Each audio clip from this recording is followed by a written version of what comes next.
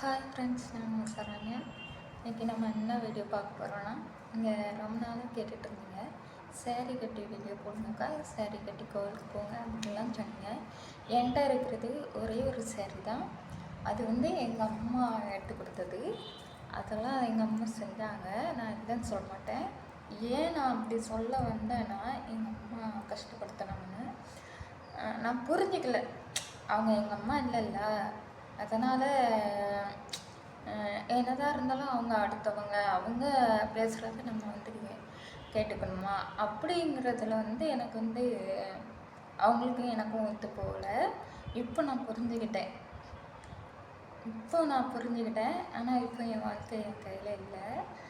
சரி, அதெல்லாம் சரி விடுங்க.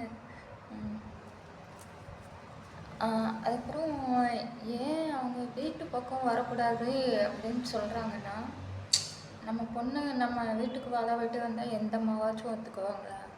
அதுதான் கஷ்டப்படுறாங்க. நீ எதானே போன, நீ நாங்களாம் இல்லையா, நீ எதுக்கு போன அப்படின்னு அவங்க வருத்தப்படுறாங்க. ஏன்னா இவனை பற்றி அவங்களுக்கு நல்லாவே தெரிஞ்சுக்கிட்டாங்க. அதுக்கப்புறம்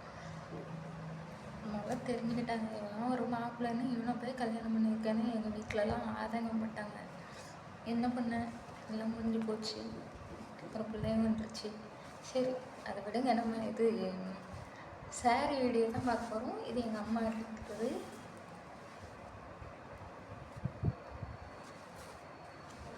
விலை வந்து 3000.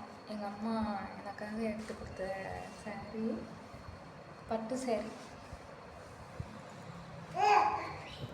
எனக்கு ரொம்ப அதை கேட்டே தெரியாது.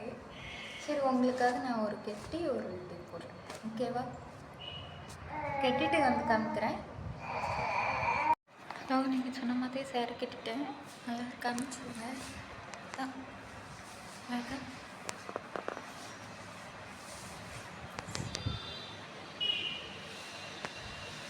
நல்லா இருந்தால் நல்லா இருக்குன்னு சொல்லுங்கள். ஓகே.